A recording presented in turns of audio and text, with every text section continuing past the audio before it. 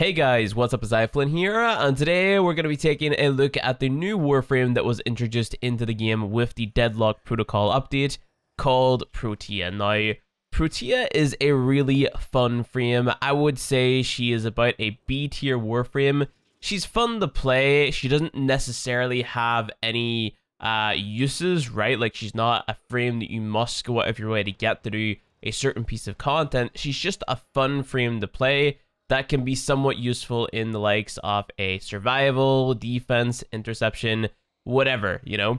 So I would say that her kit is based around locking an area down with her first ability, her grenades, right? So her first ability, you can throw out these grenades, and you throw out 3 of them, and they make like a little field. Whenever enemies walk into this field, they're going to have a slash proc applied to them. Now, you can keep on spamming this first ability over and over and over again to create like a massive field of slash procs. It's really cool, and honestly, I was having a lot of fun just standing in the one position and spamming these grenades all around myself whenever I was trying to level Protea on Hydron, right?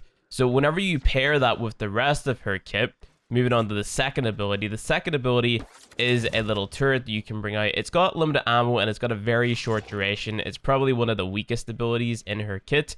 But what happens is whenever enemies are close, it's going to like automatically lock onto them and it's going to deal fire damage to them. Hopefully, of course, you know, applying a burn status effect to them, which is going to deal a damage over time and reduce their armor. So it's okay in that sense.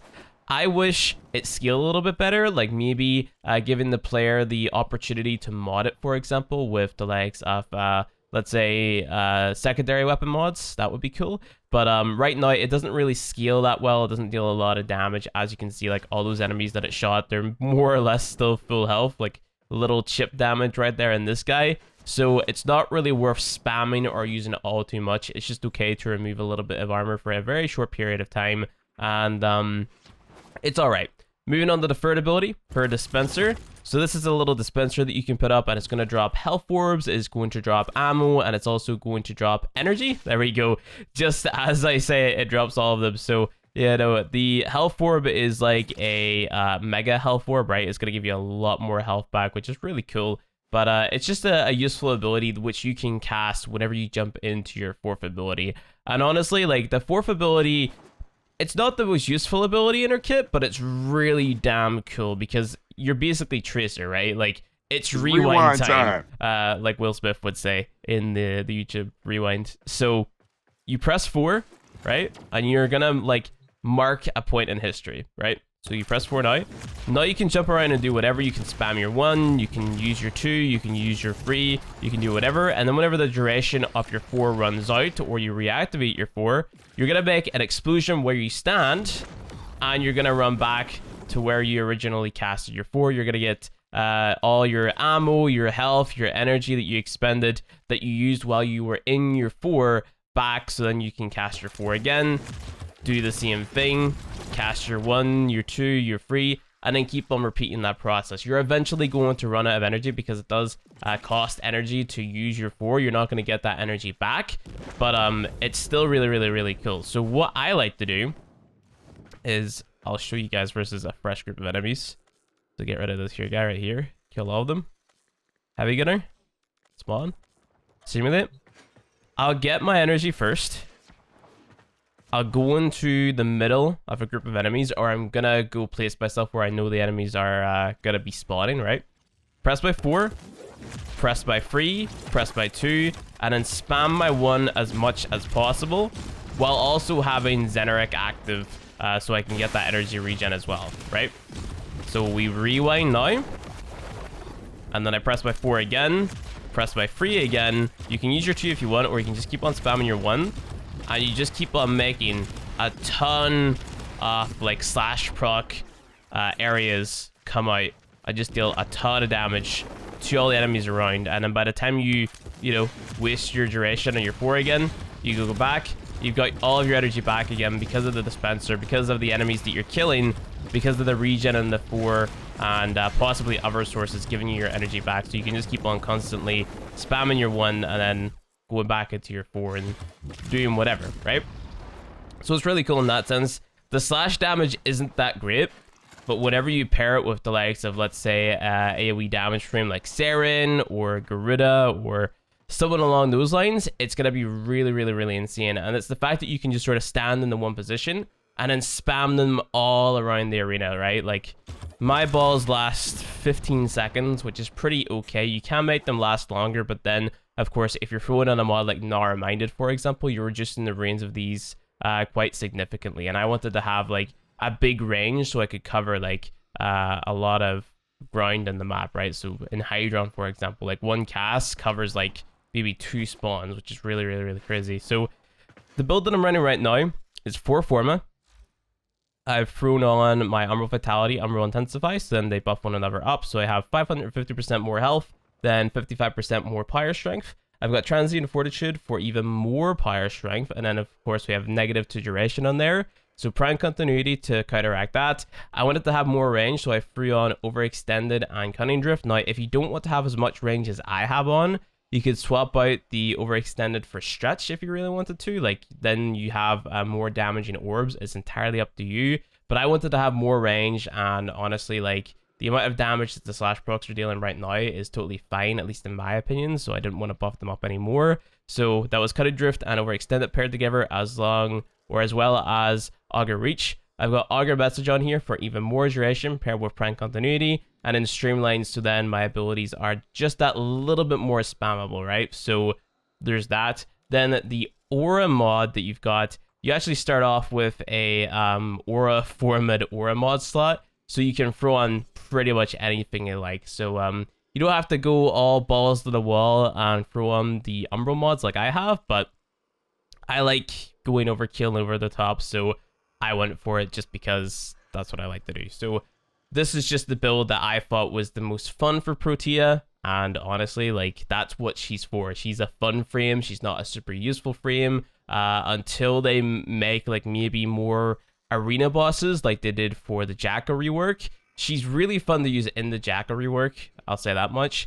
But outside of the Jacka boss and then the boss fight that actually happened in the quest that you have to do to get Protea, you know, I don't see her being that useful in the likes of, like, Mobile Defense or Spy or something. Like, the one thing I really wanted to try out with her was, like, pressing the 4 before I went into a Spy Vault, then doing the Spy Vault, and then rewinding back out of the Spy Vault. You know, like, I'm yet to do that because I was trying to do it whenever I was, like, rank 15 with Protea. But now that I'm max rank and I've got that 15-second duration on my 4, or is it even 15 seconds? Let me see, what is it?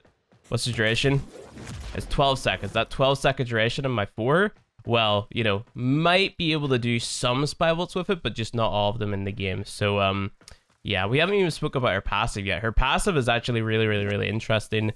I think that they should buff up her passive a little bit, although it is quite good as it stands right now. So right now, you can see in the bottom right-hand corner that I've got 1 charge off the passive, right? But as I use my abilities, I use my 1 or I use my 2, you can see that we get more charges, right? And whenever you get 4 charges, your next ability that you use is going to have more Pyre Strength. Now, I think they should buff it up and make it so that you have more Pyre Strength, more Pyre Duration, and more Pyre Range. Like, why not go balls to the wall with it and just, like, buff up every single stat, like even the efficiency stat as well, and just give 100% more Pyre Range, 100% more Pyre Duration, 100% more Pyre Efficiency, stuff like that, you know? I think that would be really cool. And honestly, there's no reason not to, because she's not like a game-breaking frame. Giving her more Pyre Strength or more Pyre Range or Duration, it's not going to make her super overpowered or anything like that. So it's just going to make her a lot more fun, at least in my opinion. And, you know, like, all of her abilities will benefit from it, maybe apart from the free, but, you know, that's besides the point. But, yeah, honestly, they should make the 2 scale with maybe your secondary weapon mods, right? Or just make your 2 moddable, make this little turret moddable, and then make it so that the passive buffs up every single Pyre stat. I think that that would be a lot more fun. Not too sure how I would change the 4, though, because, like, the 4 is fun, but the thing is, it's not entirely useful apart from getting your energy back and stuff like that. Like, they could just turn the 4, they could take the whole rewind part of the 4 out and then just make it so you get health and energy and ammo back whenever you press 4, and it would still be just as effective. Like, it's cool, like, if you cast it in a good spot and there's a bunch of enemies grouped up in there, you know, and the explosion actually deals damage, I guess, but, like, I don't know how many times that's gonna happen and then how reliably you're gonna be able to pull that off, unless you're playing something like a defense mission or an interception mission. I don't really know, but, you know, it's fun. So 4, 3, 2, and then just spam your 1, and then, of course, have your energizing dash going as well while you do all this.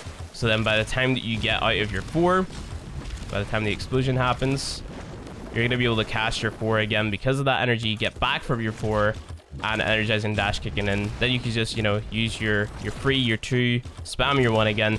Don't even have to use your 2 because your 2 might not be worth it depending on who you're talking to or which type of enemies you're fighting. So, yeah, you just keep that loop going, and that's how you play Protea. She's fun to play. You also have the ability to get more shields with your 1 as well. So if you hold down your 1, you throw down these little balls, which you can pick up, and they're going to give you over shields. I don't use it that much simply because, you know, I'm not that big of a fan of having over shields.